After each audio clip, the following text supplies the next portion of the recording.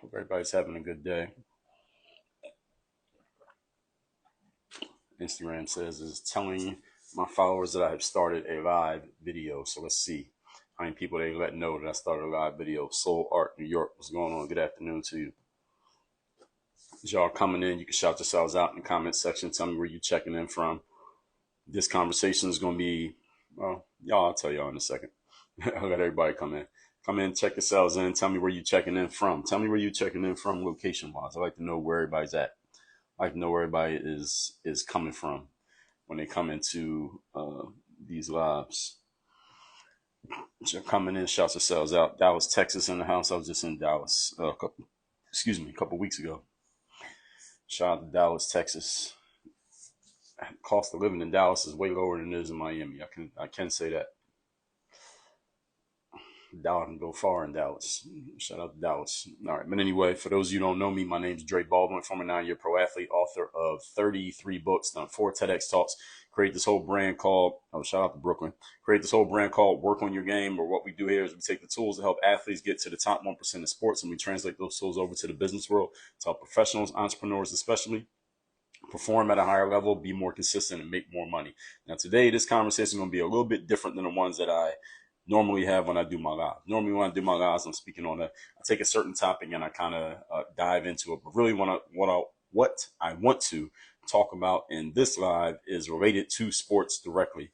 Those of you who follow sports, you will know about this topic. And if you don't follow sports, you will be enriched by this topic as well, even if you're not a sports person.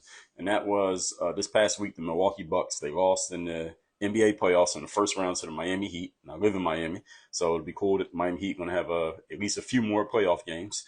And the Milwaukee Bucks were the number 1 seed. They lost to a number 8 seed, which rarely happens. And after the game, the main player on the Milwaukee Bucks, their best player, Giannis Antetokounmpo, got asked by a reporter, hey, is this season a failure given what happened, given the fact that y'all lost in the first round? And Giannis went on and he gave a long answer. He explained out how it's not a failure, and he didn't like the fact that it kind of hit him in a sore spot. The question was asked, is this a failure because you didn't win the championship or because you lost the way you did? I don't know if the reporter said because you didn't win the championship. He just said, is this season a failure? And well, like it hit Giannis in a sore spot. He went on and talked for like 2 minutes about why it's not a failure and how every year is not always going to work out the way that you want it to. And he gave this, again, it was a very long, wordy answer where he kind of talked around the fact that it's not a failure. And then I saw a clip from inside the NBA. And this is where Ernie Johnson, Kenny Smith, Charles Barkley, and Shaquille O'Neal are talking. Great TV show that they have inside the NBA. And they talked about it. What do you think about it? And I was very interested to see what angle they came with. Specifically, I wanted to see what Charles Barkley and Shaquille O'Neal had to say about it. And I had an idea how Ernie would go. Ernie was kind of soft on the subject, like, yeah, it's not a failure because he's helping people understand. A lot of people were saying this. I was talking on Twitter the other day about it, and there were some people responding to me saying similar things like, hey, it's not a failure because, this guy, Giannis, he was poor and he was, living in the streets and selling stuff to make money to feed his family. And now he's playing in the NBA. So he's not going to look at things like that as a failure. That was one thing you heard people saying. Ernie Johnson said something similar to that. Charles Barkley went and said, yeah, I played in the NBA for 20 years. I didn't win a championship. I always laugh when people say that. But look, I came from Leeds, Alabama, and I was poor and nobody from my neighborhood ever makes it. So I became one of the most successful people on the planet.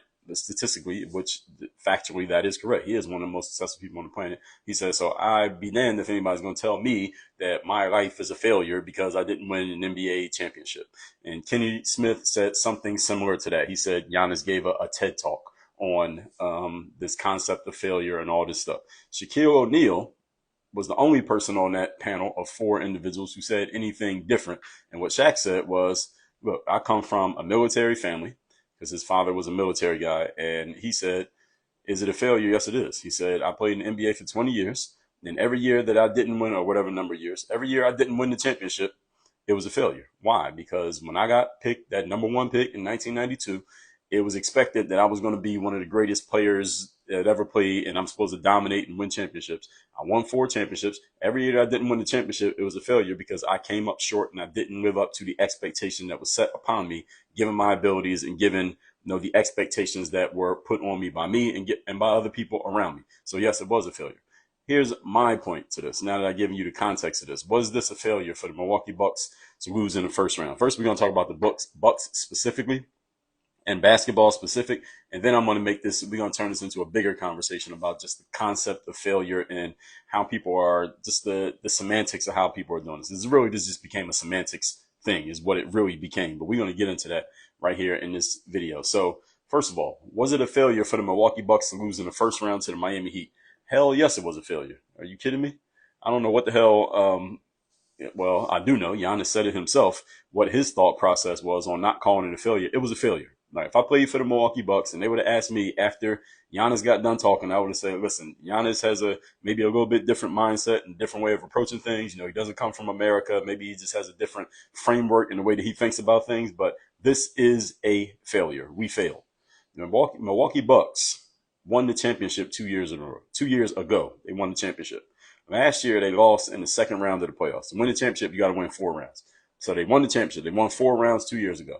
Last year, they lost in the second round. So they won one round, and they lost in the second round. This year, they lost in the first round as the number one seed with the best record in the NBA to a number 8 seed, a team that barely even made the playoffs. The Miami Heat literally barely made the playoffs. They played in the play-in game where it was 10 teams. They lost the first play-in game. They won the second play-in game just to make the playoffs, and then they beat the Bucks in 5 games in the first round. All right, that's a failure. Milwaukee Bucks, you lose in the first round as a number one seed. That season, you look at that season and say that season was a failure. Yes, you put up your stats and you did your work and y'all won 58 games in the regular season. Yes, there are some positive things that you could take away from it. But let's keep in mind here, because I was on Twitter the other day and somebody was saying this. And they were saying, well, calling it a failure or asking if this is a failure or not. This is one of the downsides of rings culture. The rings culture is this whole concept in sports where people say, well, if you didn't win a ring, then it doesn't matter. Basically rings culture is like this concept of where people try to invalidate your accomplishments if you didn't win a ring, i.e. a championship. And somebody was saying, well, that's kind of like one of the downsides of rings culture is that people are just calling things failures if you don't become successful. Well, check this out, everybody. Why do professional athletes play a sport? What's the reason that you play? The reason that you play a sport is to win the ring. That's the purpose of playing in the game, is to win the ring. The reason why every team in the NBA plays games is so they can win the trophy.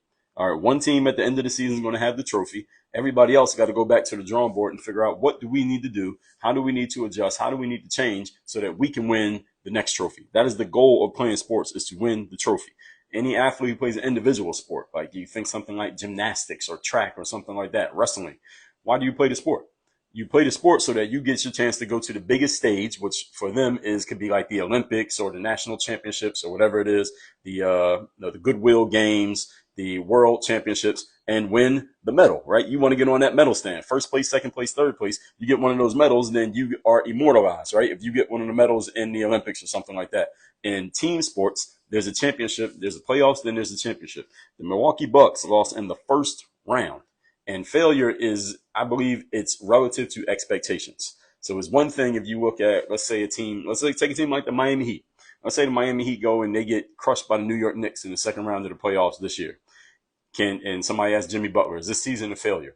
Jimmy Butler would probably say, well, look, our goal is to win the championship, so we didn't reach our goal. At the same time, though, and this is just me talking, I don't think the Miami Heat would consider anything that happens from this point forward a failure.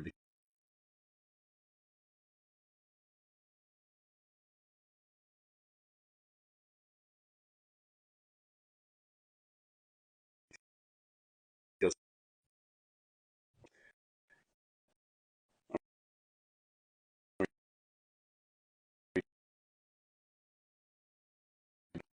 somebody let me know they can hear me. Let me know y'all can hear me. My phone just rang and it interrupted my stream. Can y'all hear me? Let me know you can hear me so I can continue saying what I was saying. Somebody let me know in the comments section that the sound is good, and I will continue. So I'm going to assume y'all can hear me. So here's what let me finish saying what I was saying. If the Miami Heat were to get eliminated, let's say they get crushed by the New York Knicks in the second round of the playoffs, I believe that series starts in a couple days. If they lose, their expectation was not the same. Miami was a mediocre team all season. They barely made the playoffs. They won a round of the playoffs. They won a round. This is a success for them, given how average their team was all season. Thank you. Y'all can hear me. Given how average their team was all season, how mediocre they were all season, this is a win for them. So if they don't win the championship, their season would not be a failure the same way that the Milwaukee Bucks season would be a failure because they lost in the first round. It depends on what the expectation is and how you perform relative to your expectations, whether you will call something a failure or not. This is a failure. Shaquille O'Neal, like you said, his expectation every year when he came into the league, there was an expectation set on him. This guy's going to be dominant. He's going to win the championship. That was the expectation set upon him. Therefore, anytime he didn't win the championship, it was a failure.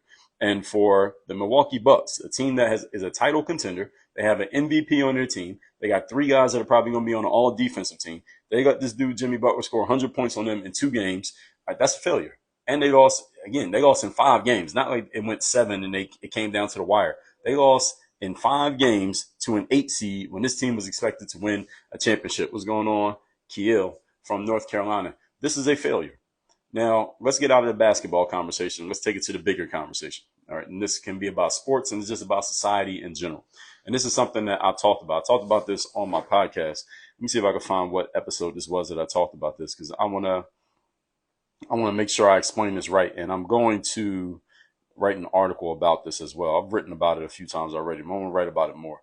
I did a 6-part series on my podcast, starting at episode 2200. It was called The Feminization of Sports. It's called The Feminization of Sports. It's a 6-part series where I broke this stuff down because and when I say feminization, let me explain to you what I mean. Okay, because all human beings, male and female, we both have masculine and feminine traits within us. Generally speaking, and by natural order, men tend to be more masculine and women tend to be more feminine. I think we all can agree to that. Now, some women have more or less feminine energy. Some men have more or less masculine energy. We all know that as well. When I say the feminization of sports, what I mean is when sports has become more feminine over the last 10 years, and that's my theory, and I went and broke it down in this 6-part series on my podcast, is that it's become softer. It's more quote unquote nice. People are not as hardline. The hardline stance in terms of achieving an outcome that hard line has become a soft line. It's gone from being a bold hard line to kind of a blurred line because people don't want to just holding people accountable, holding people to standards and saying this is the standard. Doesn't matter what the standard is. Just saying this is the standard and this is the level that you're supposed to perform and this is what you're supposed to do. This is frowned upon now. I consider all of these things to be a result, a byproduct of the feminization of sports. When you look on TV and you watch the talk shows where the athletes are talking and stuff, not the athletes, but the analysts are talking. You look at football, you look at basketball. I don't follow other sports as much. You look at football and basketball. Inside the NBA is a exception. It's an exception. It's different. It's an outlier. Why? Because there ain't no women on the set.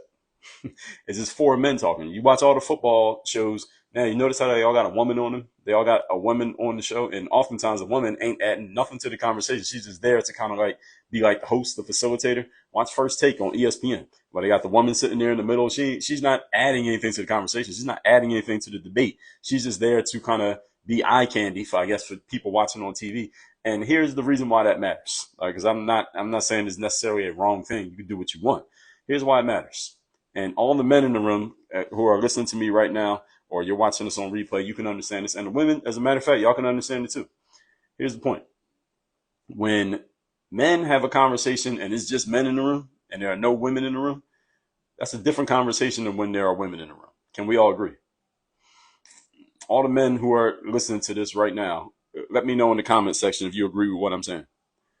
When men have a conversation with just men in the room, there are no women involved. There are things that get said, and they get said in a certain way that would not get said or would not get said that way if there were females in the room, regardless of the female's status, regardless of the female's position. She could be like the lowest person on the totem pole. Just the fact that she's in the room, there are certain things that are not going to get said because there's a woman in the room. She ain't got to be a person of power or influence. Just because there's a female in the room, there are things that are not going to get said. And ladies, you all understand this.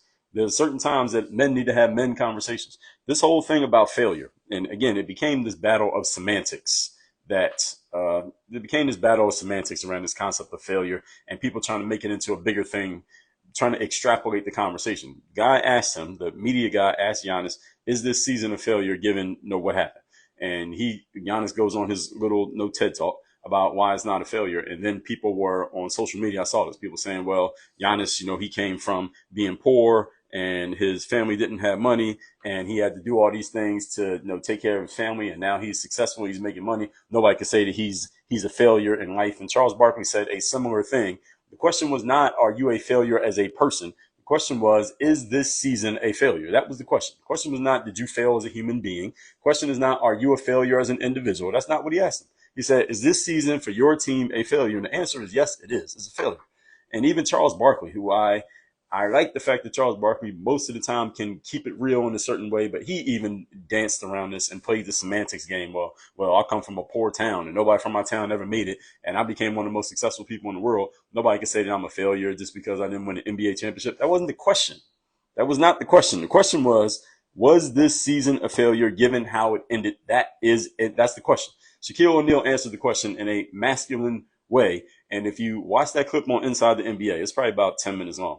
If you watch that clip, you notice that Shaq, he said that and he didn't get any other words that he could put in edgewise in the whole conversation. He didn't say nothing else the rest of the conversation because the other three guys just go on. They all went on their own little soliloquies about why it's not a failure. I want you to notice something, and this is something all you should keep in mind. I sent out one of my daily motivation texts. I said this probably a month or two ago.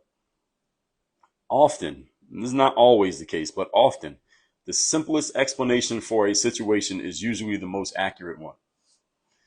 What does that mean? What I mean by that? What I mean is when something happens in your life, somebody else's life, your career, your business, etc., and there are two explanations. There's one explanation that takes about one sentence to explain, and there's another explanation that takes about 7 minutes for somebody to explain. The one sentence explanation is usually the most accurate one. See, the thing with the whole question of is this failure, when somebody has to go on like this 3 or 4 minute diatribe to explain why it's not failure, is usually because it is a failure. Because that's why you got to give so much of an explanation. It's a failure. The expectation of this team, best record in the NBA, they probably had more money bet on them to win the championship this year than any other team in the NBA. You all lose in the first round in 5 games. That's a failure. There's no dancing around that. Don't try to change the subject to, well, I come from a poor town. I'm successful. I'm still going to be successful and have a lot of money tomorrow, even though the season's over. All of those things are true, but what the hell does it have to do with the question? Nothing. It has nothing to do with the question.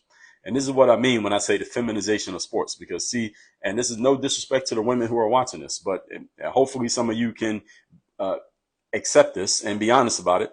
This is usually what a woman does in a conversation. You ask a man a direct question, a man with masculine energy, a direct question. You're going to get a direct answer, and period, is done. All right, we got the answer. Whether you like the answer or you don't like the answer, we got the answer. You ask a woman a direct question that might make that woman uncomfortable in any way, shape, or form. You're going to get a little bit more verbiage from the woman than you're going to get from the man. All right, this is just, again, naturally how men and women are. This is not a bad thing. All right, this is why this is why we have men and we have women. All right, and this is why man can't become a woman and woman can't become a man. This is the reason why we have these things. There's a reason why there's a difference, and they're not the same.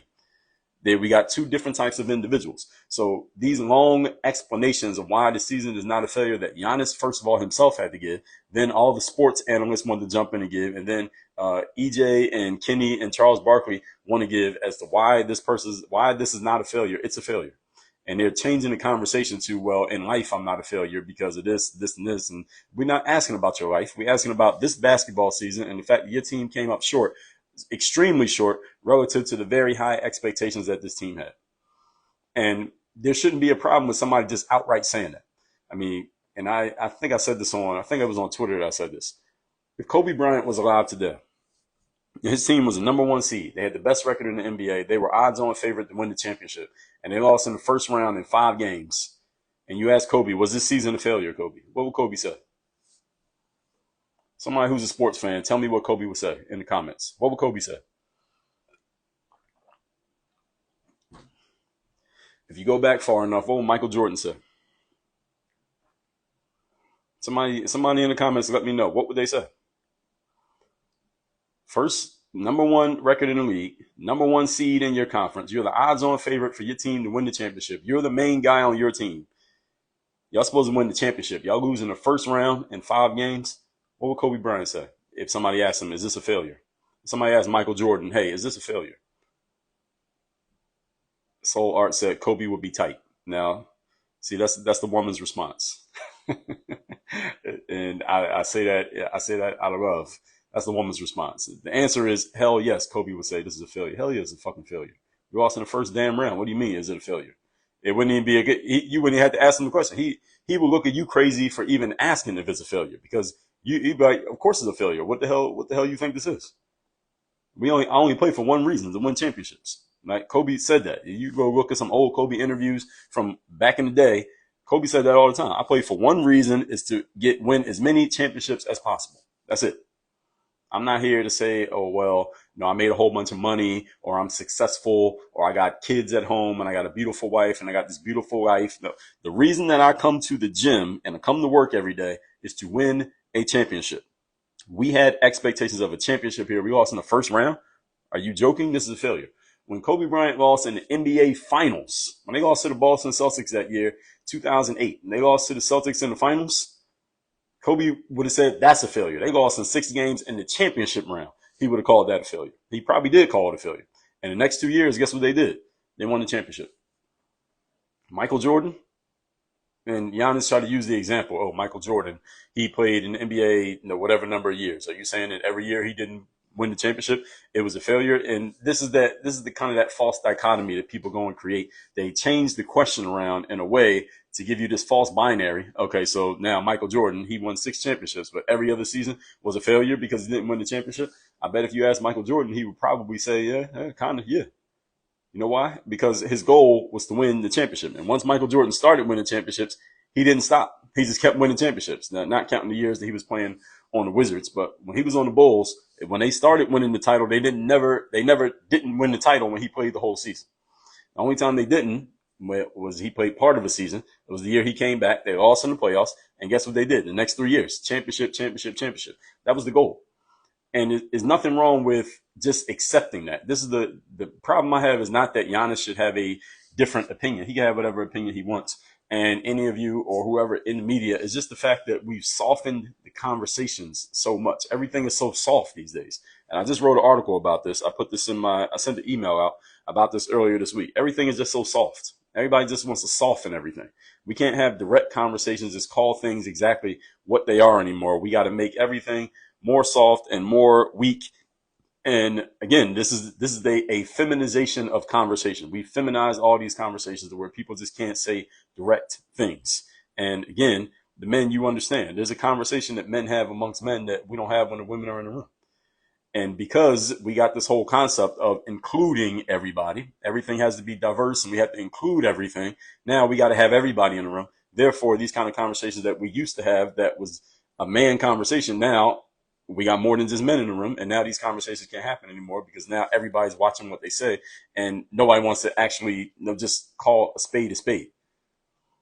And this is the challenge to masculinity that's happening right now in life.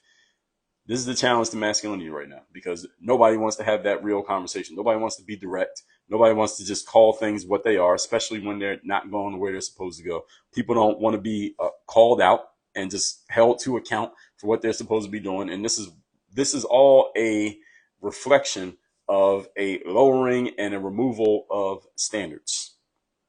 And I can make this a whole bigger conversation about all of society in general. And I'll touch on some of those points here in this video. And here's the thing about standards. The reason why standards matter is because standards are guardrails against chaos. The second law of thermodynamics consists of the law of entropy, which states, if you're not familiar with it, that any entity, any device left to its own and it's not tended to will eventually fall into a deeper and deeper level of chaos. It will go into a higher state, we'll say, of chaos. There's more chaos, there's more disorder inside of any entity that is left to its own devices. So to give you an example, if you never go to the dentist and you never brush your teeth and you never floss, what's going to happen to your teeth? Your teeth are going to rot and you're going to have all kinds of chaos and problems inside of your mouth. Eventually you're going to go to a dentist because it's going to become an emergency, right? That's what happens when you don't take care of your teeth. If you don't take care of your health, you never work out, you don't drink any water, you don't eat any fruits and vegetables, and you sit on the couch all day watching Netflix and eating junk, what's going to happen to your body? Your body is eventually going to fail you, and you're going to need to spend a whole lot of money in the doctors if they can even save you, and you're probably going to die pretty young. Why? Because you allowed your body to get into a higher state of entropy. There's more chaos, there's more disorder. What happens when you're in school? When you were in elementary school, let's say, and there was a substitute teacher in school that day, what happened? All right, the classroom became a zoo. Why? Because the teacher, the normal teacher who represented what? Rules and authority, and you had to be disciplined and respectful. They weren't there. So now what happened? That means there are no standards today. We got a substitute who's soft. We could run roughshod over the substitute, and the classroom became a zoo that day. This is what happens when standards get removed. See, when standards get removed or reduced or erased or softened, what happens is we get more disorder and we get more chaos. The reason why we can't have direct, objective, black and white, masculine type conversations, and this applies to the women as well. The reason we can't have masculine themed, that's not the right word. We can have masculine leaning, let's put it that way. Masculine leaning conversations.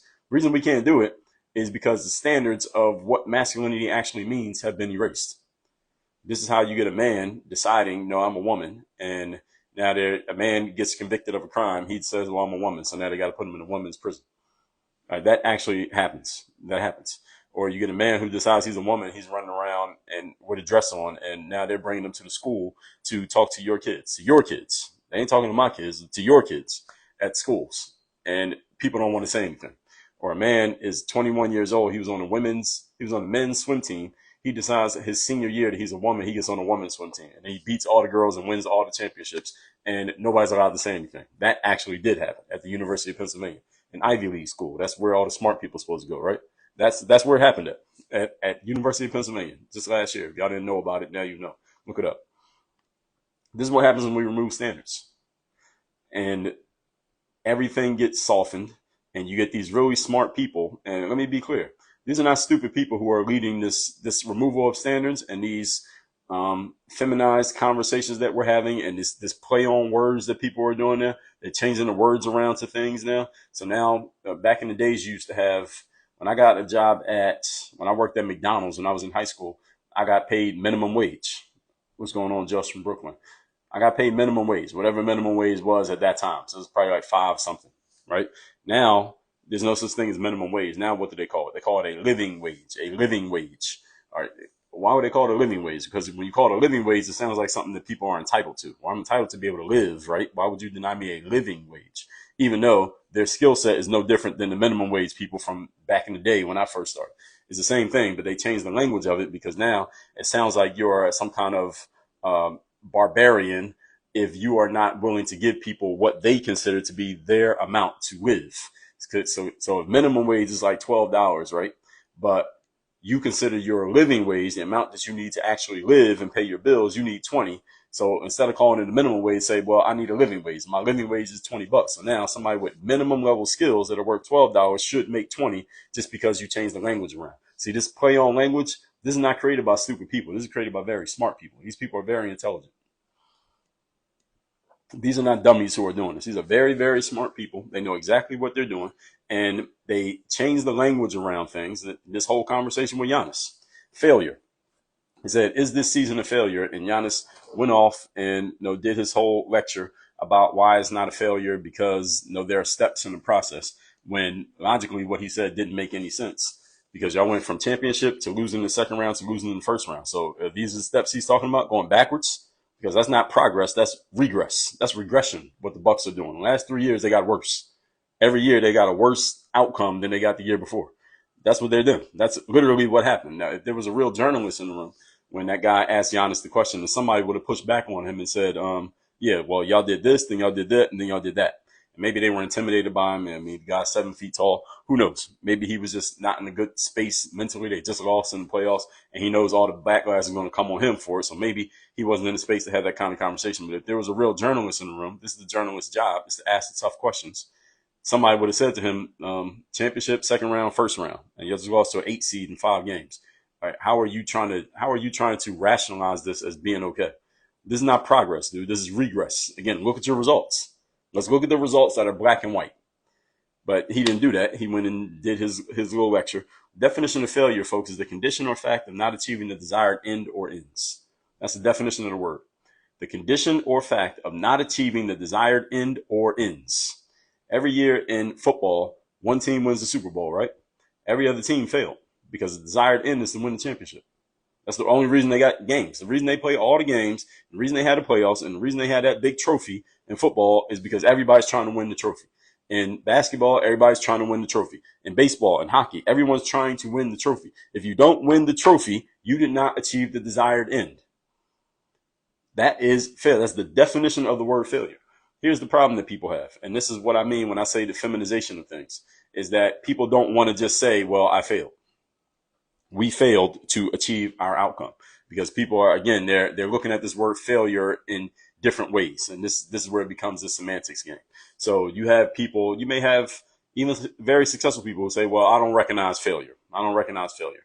I just had Thomas Edison. He didn't fail to create the light bulb. He just failed. He just found 10,000 ways that didn't work. All right. So this is just the wordplay. All right. And we're not even going to get into the wordplay. Or Kobe Bryant says, well, you don't have to recognize failure. When something doesn't work, then you just figure out a different way to make it work and you go back to the drawing board. Yes, I get all of that. And on some levels, I agree with it. But can we just call things what they are? Is this season, based on our expectations for this team this season, did we fail? Yes, we did. That doesn't make me a failure as a person. That doesn't make our organization a failure as an organization. But looking at this season, based on our expectations, we failed.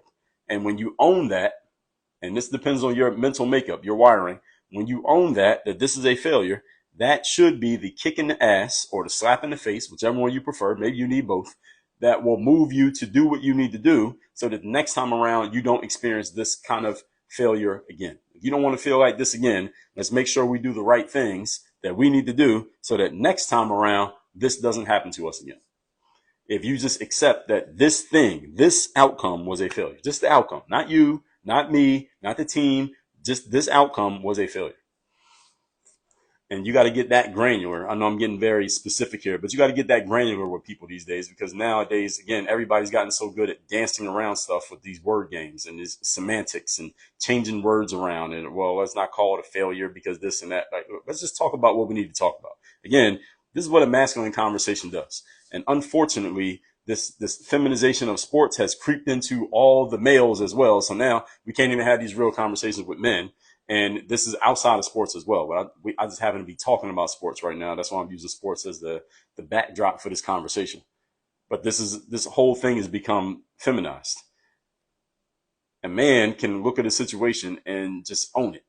Like, this is where it's at, whether it's good or it's bad, whether it's working, it's not working, whether it's what you want or what you don't want. Is let's just get to the brass tacks of what's actually happening here.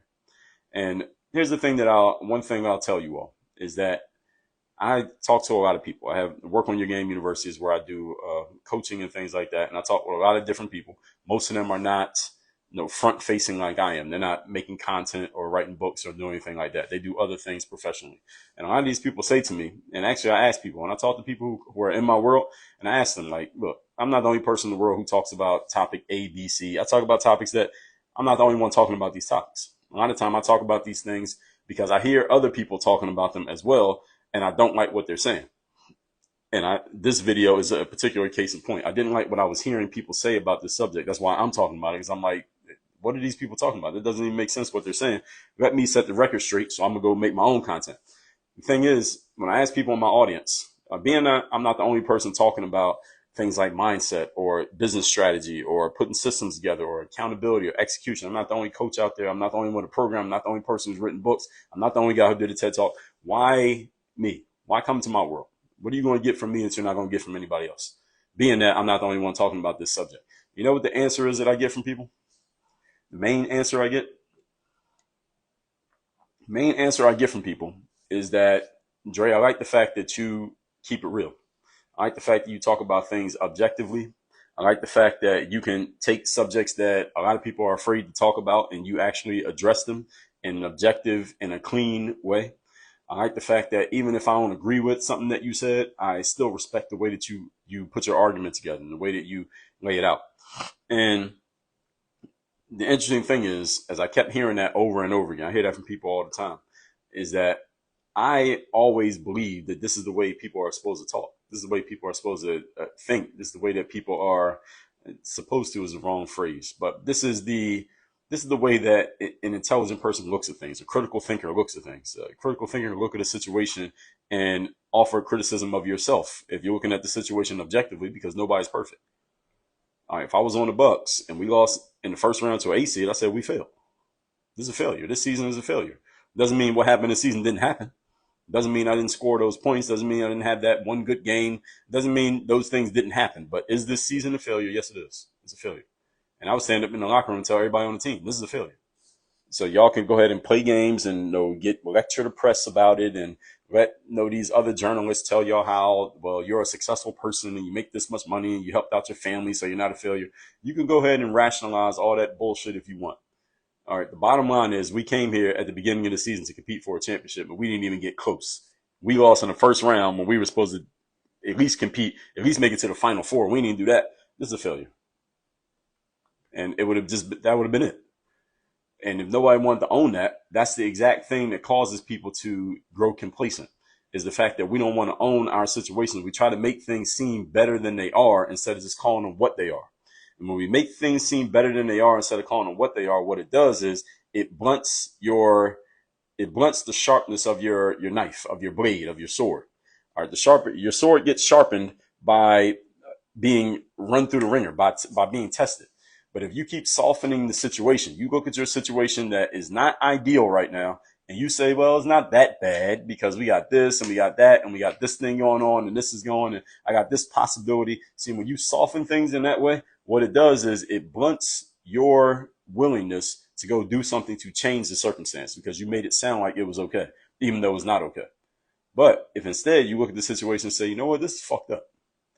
This is not going the way it's supposed to go. All right, we are completely not doing what we're supposed to do right now. When you own that and you say, we are not doing what we're supposed to do right now, we are underperforming, I am not delivering, we are not leading, we are not living up to the expectations that we set for ourselves. This is fucked up. When you own that, guess what that is? That's a slap in the face that you need that's actually going to move you to go do something instead of sitting around and telling yourself that it's not that bad.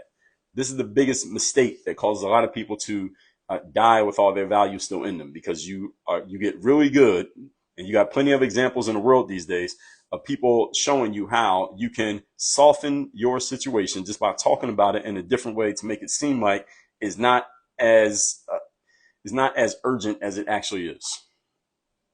And this is all based on mindset. This is all based on the way that we talk to ourselves and the way we think about ourselves and the way we think about our situations. So with all that said, I think I said what I need to say on this subject. If any of you has anything to ask, you got a comment, something like that, put it in the comment section. I'll give you all a second if somebody has a comment or anything they want to add to this conversation. But this whole thing around failure is not that bad, and softening the situation to make it seem okay when it should not be looked at as okay. This is the exact thing that causes a lot of people to, again, grow complacent. You can always find someone with some kind of language that will make your circumstance seem okay if you want to. Right? If you're smart enough, or you get around people who are smart enough, people who are good with words, they will find a way to help you feel okay about your situation, even when you shouldn't be okay about it. And when you don't feel okay about your situation, and when you feel not okay enough, you get over a certain threshold of not being okay, that's when you go change. That's when your life changes. Your life changes when you hit the threshold of, I can't live like this anymore. I can't allow this to be the circumstance anymore. Only when you get there is anything really going to change in life. Many people never get there because, again, you've been taught you can find a way to soften pretty much anything, make it sound okay. It's not that bad and all that. That's kind of what your mom would say to you, right? When you lose, you go play a sport, you come home to your mom says, well, it's not that bad. You're okay. You tried. This is participation trophy culture. All right. That's where participation trophies were the idea. I don't think anybody's dad came up with the idea of participation trophy culture. Participation trophy. Now, a woman came up with that idea. All right, the era that I come from, ain't no participation trophies. My son, he ain't bringing home no trophies for participating. We throw that shit in the trash. Actually, don't even take it. Don't even accept the trophy. No, you don't get a trophy for participating. You get a trophy for winning. If you don't win, you don't get a trophy. You want a trophy? Okay, go win something. Then you get a trophy. That's the way it works. Now, you come home after you lose and you didn't perform. Your mom says it'll be okay. Your dad says, all right, why'd you lose? What happened? Who beat you? All right, what did you not do? How were you not prepared? What part of your game do you need to get better at? All right, what do we need to work on so that this doesn't happen again next time? All right, that's what a man would say. The woman makes you feel okay with losing. A man says, okay, let's figure out how, since you're not okay with losing, let's figure out how we don't lose next time. That's what I mean when I say the feminization of the conversation. So everybody got that? All right, so I'm going to put this video on, I'll put it in the archive here on IG, but I'm going to put this video on YouTube as well, because I just wanted to get my thoughts out around this subject. And I'll be doing some writing on this too. So if you're on my email list, you'll get an article about this when I get around to writing it, which will be in the next couple of days. If you're not on my email list, go to this link right here, workonmygame.com. If you go to workonmygame.com, you can get on my email list. I send emails out for free, probably like at least 5 days a week, 5, 6, 7 days a week. I send emails out and I write. I'm not talking about just sending you links, go buy something. I do send you links, but I actually write. So I am a writer. So you see these books behind me, I actually write. So any of you who likes reading and you want some game that's going to come to you every day in written format, yeah, you're going to get the videos and the stuff that I post on socials. But the written format stuff, the deeper game that's in writing, go to workonmygame.com. Just put your email address in. You'll be on my email list and you'll be getting my emails every day or as often as I send them out. Sometimes I might send out more than one a day. All right, everybody. And let me put my text message list number in here. My daily motivation text every single day for free for everybody who is in my texting community. Where is that number? Oops, it's the wrong emoji. So my text is 305-384-6894. Send that out every day for free. So you want to get my text messages, hit me at that number right there. You'll be getting text. All right, everybody, have a good afternoon. We out here. Work on your game.